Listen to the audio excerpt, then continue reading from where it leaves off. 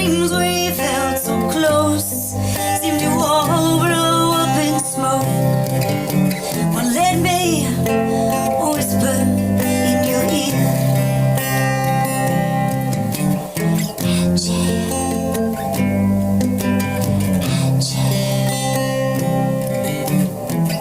Where will it lead us from here?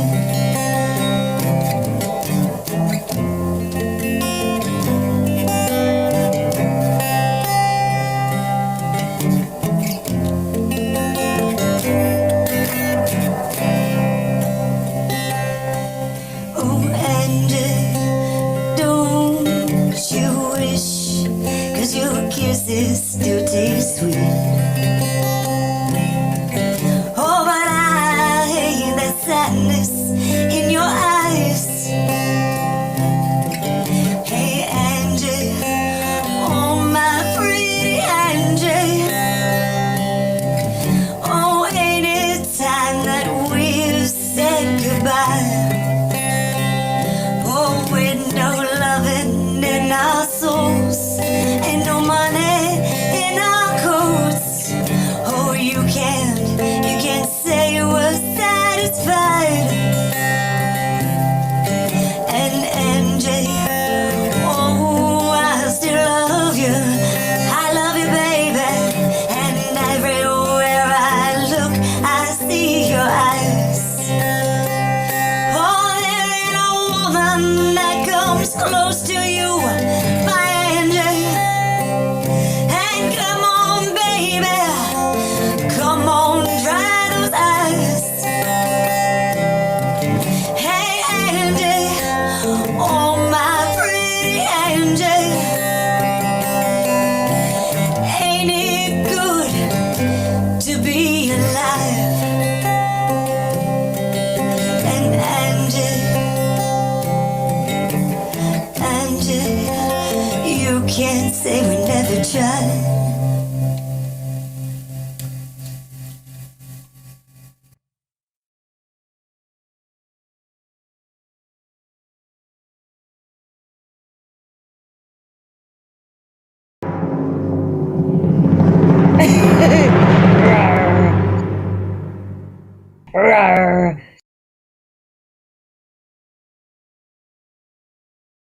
Hey, Chris, I think you would love analyzing and listening to Show. This is all I know. First time reaction and vocal analysis.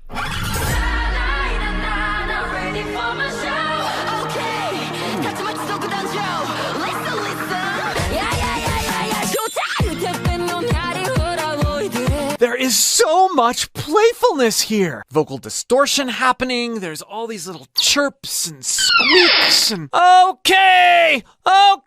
Listen!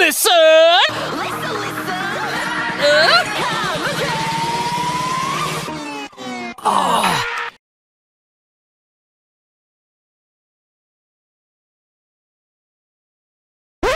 There is this, what seems to be a growing trend that I'm really getting into, live one-take performances. And it's bringing back what I love about vocal performances and why I like going to concerts so much.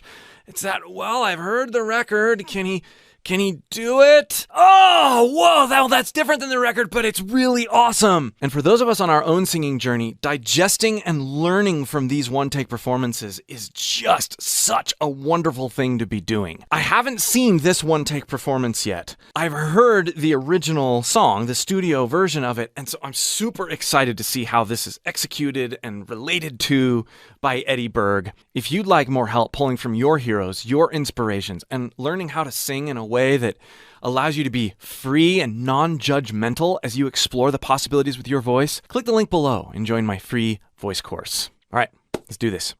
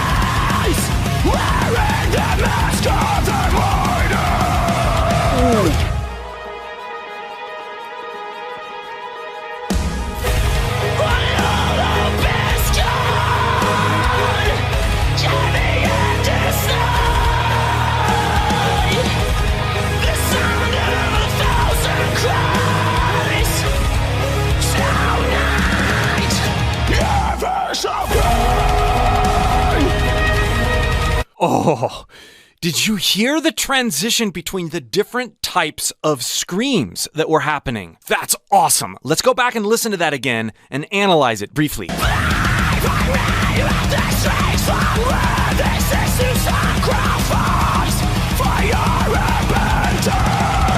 Okay, right there.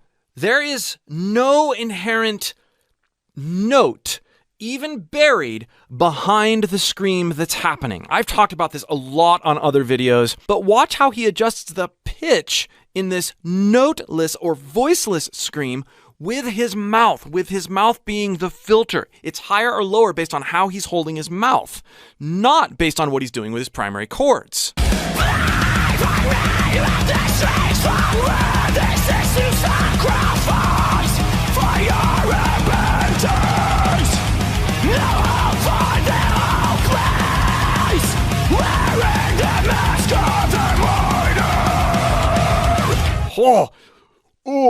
Right?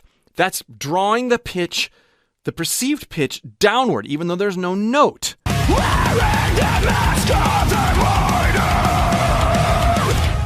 Then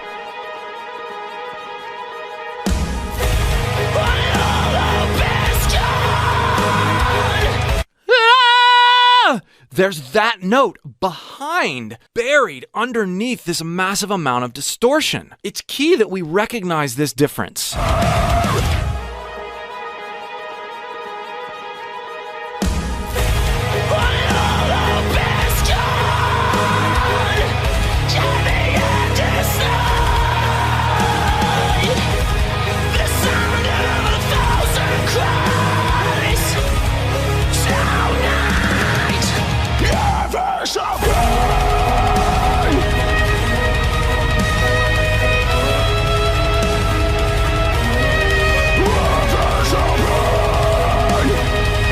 Now we're back to voiceless scream as opposed to sing scream. These approaches are so different in how they feel and how they work in our throat, even though they're using some of the same mechanisms, some of the same tissues. The way we think about them has to be vastly different. By the way, the touch with the live violin is just, causes me to breathe deeper. I love these fusions of genres that are happening.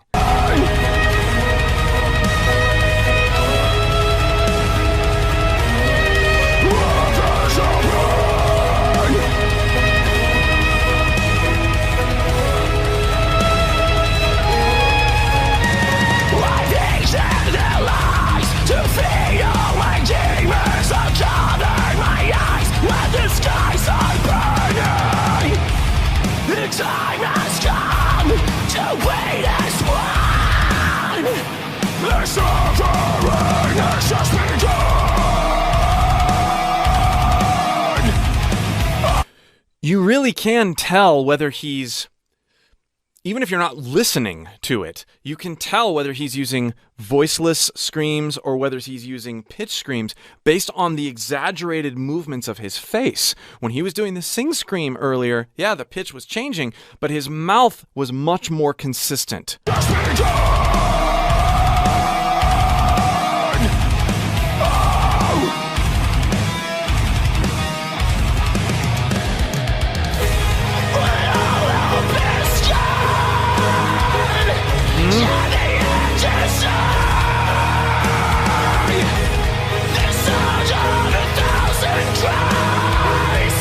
Also, listen to what happens with his voice. Subtle.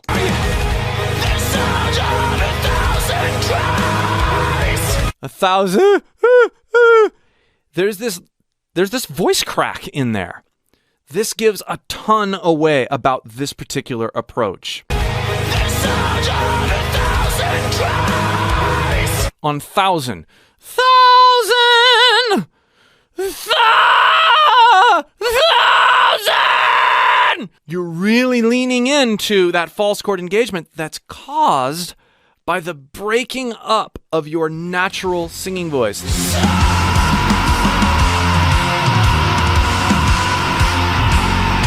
that giveaway because you hear those little chirps if you listen really carefully, and because you hear the pitch. That's very different than the earlier voiceless way of getting into these screams. Now, there's two ways to do voiceless screams that a lot of people embrace: an upper constricted sensation and a lower constricted sensation.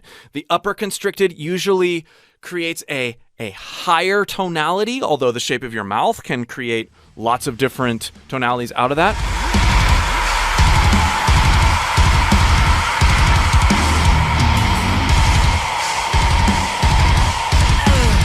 And the lower constricted generally creates a richer, meatier sound, although that, based on what you do with your mouth, can create highs and lows as well.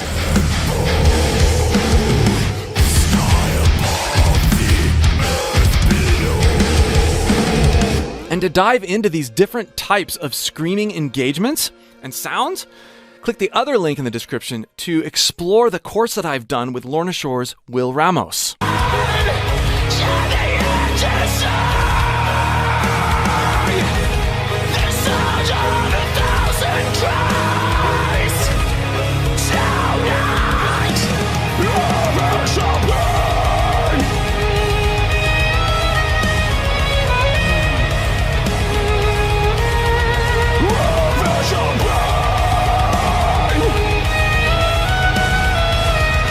Did you hear how he squeaked out of that last scream? That was cool.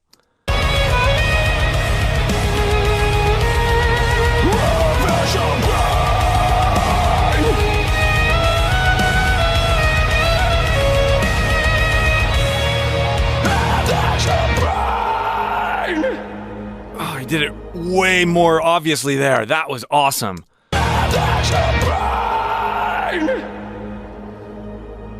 Vulnerability there, right? As he's leaning back. Pain! Oh. There's no final remedy to the dark that fastens in my heart. Just a bittersweet tragedy when death is nothing at all. I love his clean tone. Nothing at all. You can tell it's very forward and resonant, even though he's got a higher, more tenor sound to his voice. He's getting a richness out of his voice because of the way he's choosing to experience it and the resonances and placements he's leaning into. You can see it in his mouth. Just a bittersweet tragedy when death is nothing. You see how much movement there is in his face, even when he's saying these words? It's not about enunciation, it's about dynamic resonance, and that brings out a richness in his voice that he wouldn't have if he wasn't dynamically moving and placing. There's no final remedy to the dark that fastens in my heart. Just a bittersweet tragedy when death is nothing.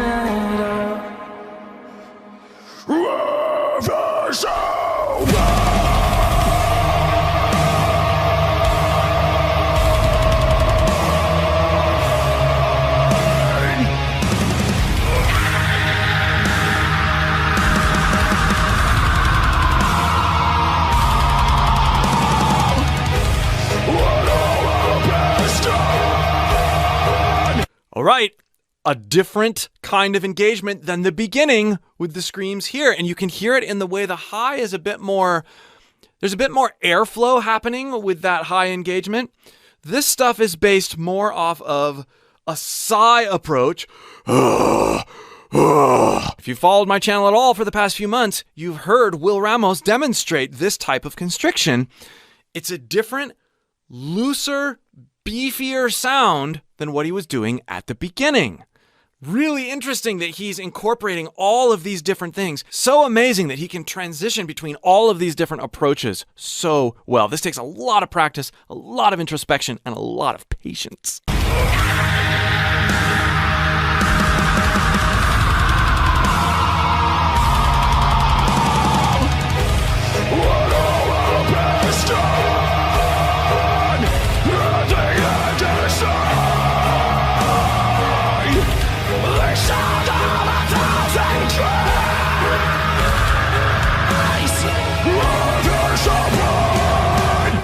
Yeah, there's a lot going on here. He's bringing back some of the higher constricted approach with a mouth shape that brings a lower sounding scream, and he's bringing in some of the lower constricted approach with a higher sounding filter, a brighter filter, and you can see it in his mouth. Even as I talk, you hear the differences.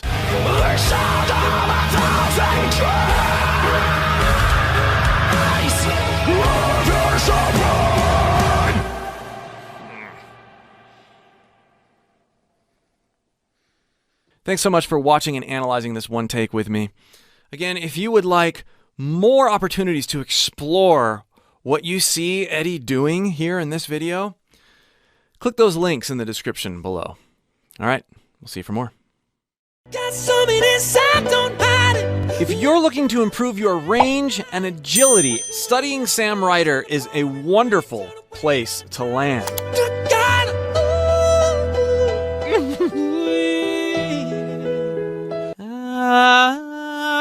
He's growing these notes. You can see his face bending the tone. This is the tail end of his warm-up.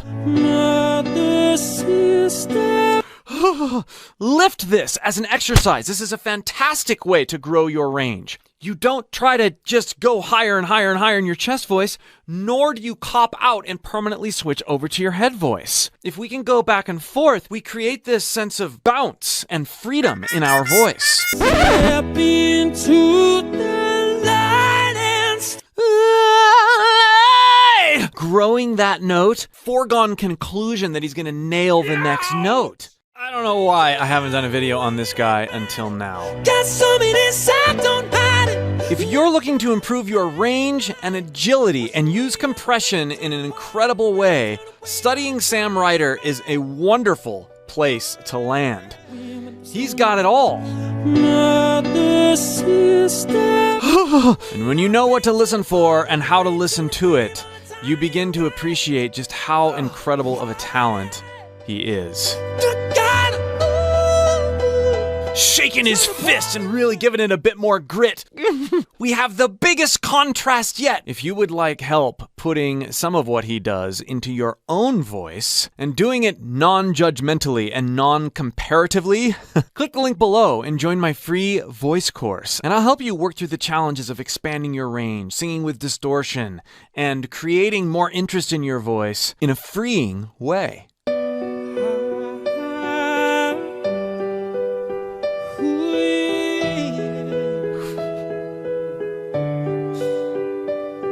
There's a feeling, there's a fire, there's a whisper reaching to the choir. Take the leaders and the liars, throw your fears on the funeral pyre. Keep on breathing, don't go under. Keep your ear to the ground, hear the thunder. When the earth quakes and the ground shakes, throw your caution to the wind when the storm breaks. Mother, sister, brother, brother, step into the light and start a tiny ride. Stop being so goddamn quiet. Got a spark in your heart so striking. Wash away your pain, turn the pouring rain to a tidal wave and ride it. Got something inside, don't hide it. Like dynamite, ignite it. Wash away your pain, turn the pouring rain to the wave of a tiny ride. Whew. Oh, if you haven't clenched yet, I don't know when you will. There's a lot to talk about here. Let's go back.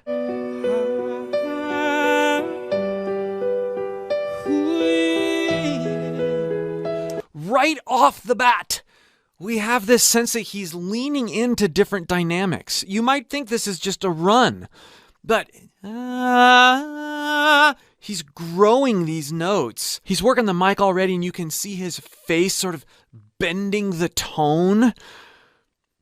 Even though this is a really cool opening, this is the tail end of his warm-up. He's sinking into his comfortable special place so that he can be one with his voice in this experience. There's a feeling, there's a fire, there's a whisper reaching to the choir. Notice the rhythm. He's already moving with it. Rhythm and groove is a priority from the very beginning. Feeling, there's a fire, there's a whisper reaching to the choir. Take the lead and the lies. Throw your fears on the funeral pyre. Keep on breathing, don't go under. Notice how he uses his hands to illustrate and support the dynamics. It's almost like his hands lead. He points, he moves. I've found this to be of great value, especially during live one-take performances like this, because it helps you center your mind on what you're doing. Your hands guide you. With singing, your mind follows your body, which then follows your mind, which follows your body. There's this huge connection between your body language and how freely you are able to phonate and express. Let your hands guide you. Fears on the funeral pyre. Keep on breathing, don't go under. Keep your ear to the ground, hear the thunder. When the earth quakes and the ground shakes, throw your caution to the wind when the storm breaks. Mother, sister. Mother, sister.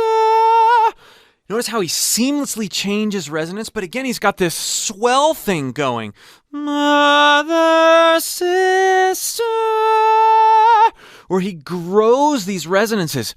And if you listen to the studio version, he leans in even more, where he's transferring back and forth more obviously between his resonances. Mother, sister, brother. Lift this as an exercise. This is a fantastic way to grow your range. As you're ascending, you transfer your registers.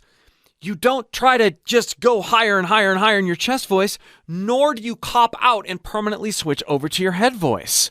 If we can go back and forth, we create this sense of bounce in and freedom in our voice. Mother, sister, father, brother, step into the light and start a tiny rap. Look at how his face precludes where he's going intensity-wise. Watch this again. Step, father, brother, step into the light and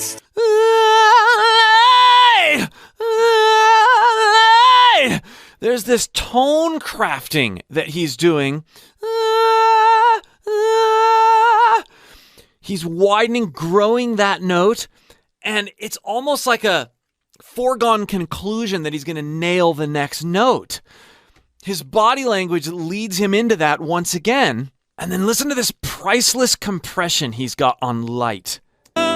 step into the light and start a tiny rap. Stop being so goddamn quiet. Oh, there's just this perfect amount of compression. One other thing here, as he's ascending, he does the resonance flip or register flip one more time. Watch this. Step into the light. Step into, getting heavy, right? And then right before he's ready to nail that one note and make it really count, he backs off. This is a budgeting thing. This is especially important in one-take recordings as well. Step into the light. It would be a lot harder for me to hit light if I had really pegged the. Because even though I've got my support dialed in and I know how to use my voice, I need to make sure that I'm leaving energy for those notes, those money notes, those areas that really count in the arrangement. So backing off on the both sounds good and looks cool, but it's a strategic thing when it comes to budgeting for those huge money notes. Brother, step into the light and start a tiny rap. Stop being so goddamn quiet. Got a spark in your heart so striking. Wash away your pain, turn the pouring rain to a tidal wave and ride it. Got something inside, don't hide it. Like dynamite ignited. Wash away your pain, turn the pouring rain to the wave of a tiny rap. Oh, yeah. Also, Also notice how his mouth moves with his runs. It's always funny. You see someone so engaged with their own voice, so free with how they're singing, and someone will point out, oh, no, he's getting his neck too much involved. Is that okay? Is that tension? And my reply to this is, listen, before you look, is he freely using his voice? Yes. There's a huge difference between tension and intensity. He is intense, and as with his hands, he is using body language to guide his voice. Lots of fantastic singers do this. You can see Whitney Houston doing this with her vibrato and with her runs. So don't write this off based on something you heard in something somewhere that says if you're contorting or moving or you have a lot of intensity, that's the same thing as tension. Competitive tension kills vocalists, and it's usually born out of striving, not experiencing what your voice is doing in the moment. We'll get into his range here in a little bit, so stay tuned. Take the music, learn to use it, turn it up till your speakers blow fuses, learn the rhythm and never lose it, keep on moving till you know what the truth is. If butterflies can use their wings to turn the wind to hurricanes.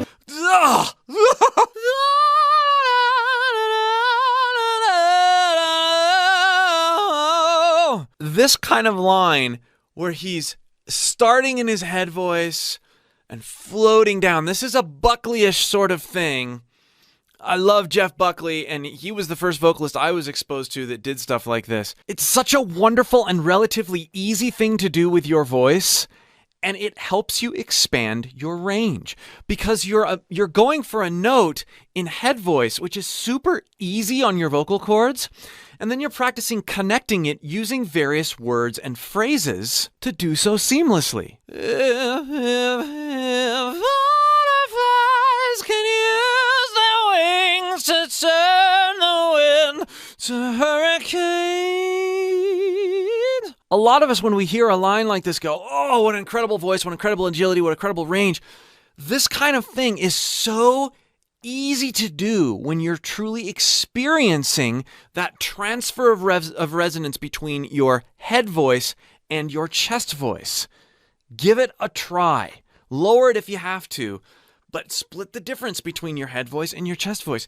Practice downward. This is another way that I'm always warming up and instructing a lot of my students to do the same.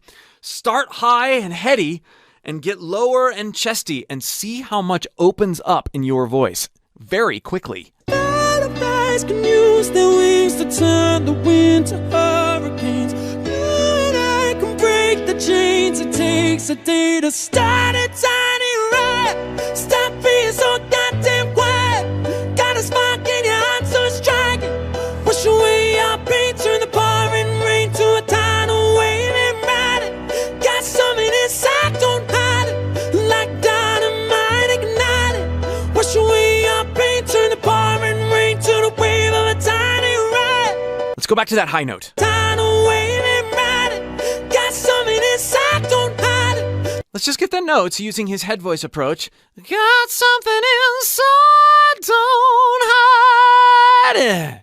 Got something inside, don't hide it. And then get the rhythm. And then listen to how thin his voice is relatively on that high note based on where he is on that sort of consistent note.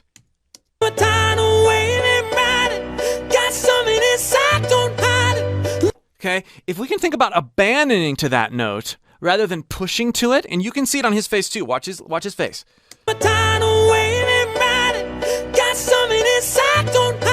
If we can find the weight in that B flat. God, something inside there. I'm having to use my mixed voice to do it. But then if I abandon or throw myself up to the ide, and I'm going to slow this way down to really focus on the transfer and how I'm throwing up to that note. Got something inside, don't hide it. Got something inside, don't. That is not this. got something inside. I'm not trying to take the same weight from that B flat and go all the way up to the other note. I have to thin it. I have to think about how I'm really doing the same thing that we were talking about earlier. I'm going to lighten up and initially think head voice. Got something inside down, and then ground back on that lower comfortable note. Got something inside down. Got something inside down, side down. And as I practice sort of ping-ponging back and forth between those two notes, I notice the weight, the compression I'm using on that grounding note, transferring up without me trying to that higher note. If you want to sing high stuff with power, isolating little lines like this and practicing like this is the way to do it. Into a tidal wave and ride it. Got something inside, don't hide it. Like dynamite, ignite it. Wash away our pain, turn the pouring rain to the wave of a tiny ride. Such freedom. Good God in my life. In the darkness there's a light. You can find it if you try. If you open up your eyes. If you're drifting out to sea, you can just hold on to me. Drifting out to sea. Hear how he hit that note so light? I think in head voice and then sighed into a rich chest voice. Another thing to think about here is which came first in a singer-performer like this? Was it the great voice and then the freedom? Or was it the freedom and then the great voice? Lots of people who want to maintain that people just have it and you either can sing or can't will assert that, well, he had a great voice and so he's confident and that's why he's so free. The freedom had to come first. The freedom and non-judgment had to come first. This is what allowed him to discover what he could do with his voice. If he was so uptight, worrying about being good even as he was learning, his disposition, his body, his mind would not be free enough to allow him to do things that otherwise might feel silly or weird. I love the way on this section how he's dancing in and out of his head voice in a lower range than he was previously. If you open up your eyes, if you're drifting out to sea, you can just hold on to me. Just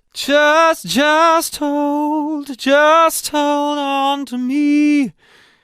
In and out of head voice constantly. He's also in and out of nasality.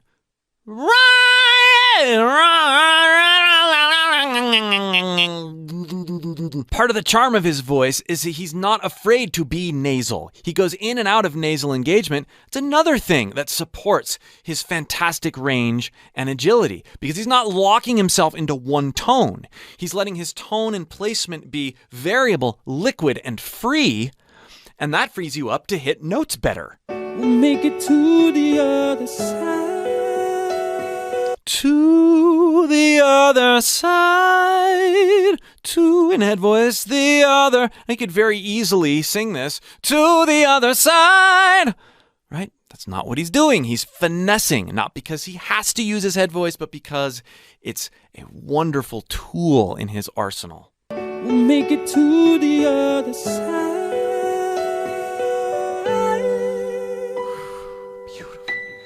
And start a tiny ride. Stop being so goddamn quiet. Got a spark in your heart so striking. Wash away our pain, turn the pouring rain to a tidal wave and ride it. Got something inside, don't hide it. Like dynamite, ignite it. Wash away our pain, turn the pouring rain to the wave of a tiny ride.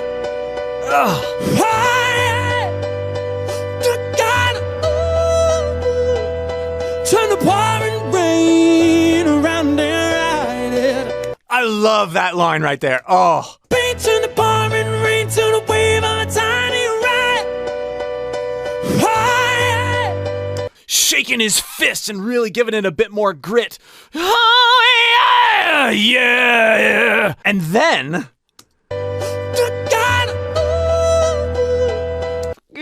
we have the biggest contrast yet, right? Good God! No. Ooh, yes. But he's going... sighing that. Good God! Ooh. Then put the pitches in. Get the dynamics first. Yeah! Good God! Maybe not that much. Good God! Good God! Yeah! When was the last time you worked yourself into a free and energetic state to where you could approach two extremes like that back to back? I'm telling you, a lot of this is intuitive for him, but it can be practiced. And the more we practice and learn from people like this, the freer we're going to be with our own voices.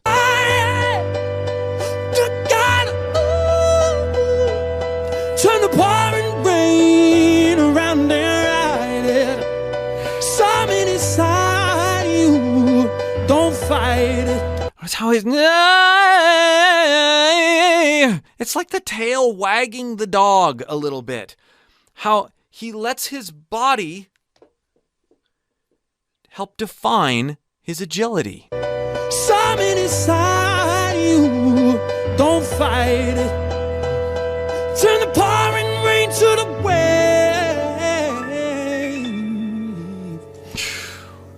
of a time.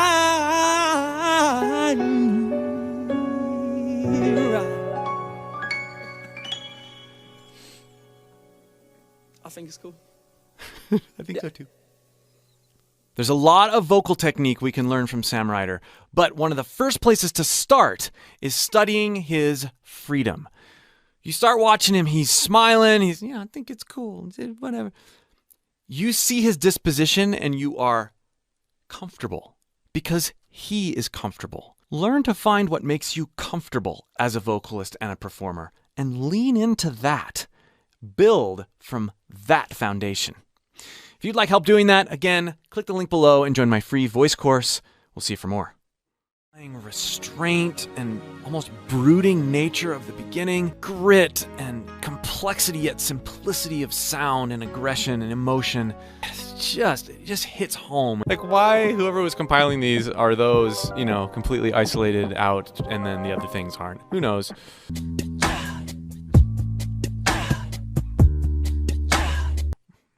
It's cool.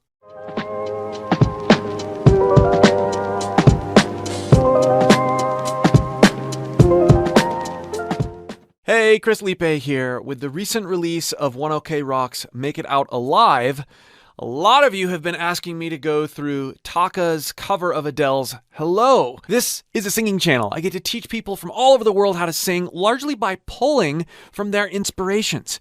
If you'd like help pulling from your inspirations and doing so in a non-judgmental way so that you can unlock all sorts of things about your voice, click the link below and join my free voice course. Here's my first time reaction and vocal analysis of Taka's Hello.